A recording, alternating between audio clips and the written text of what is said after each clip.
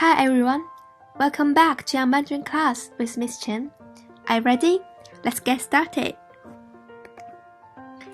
We've seen the first reticle today, a lot already.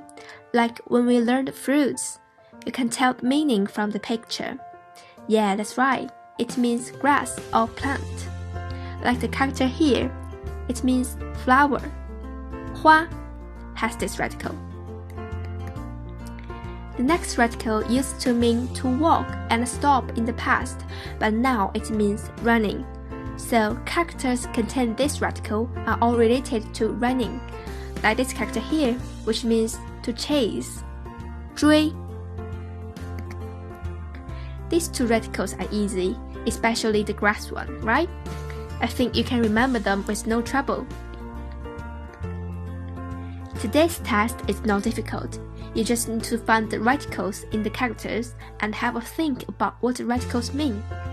Think about it carefully and match them.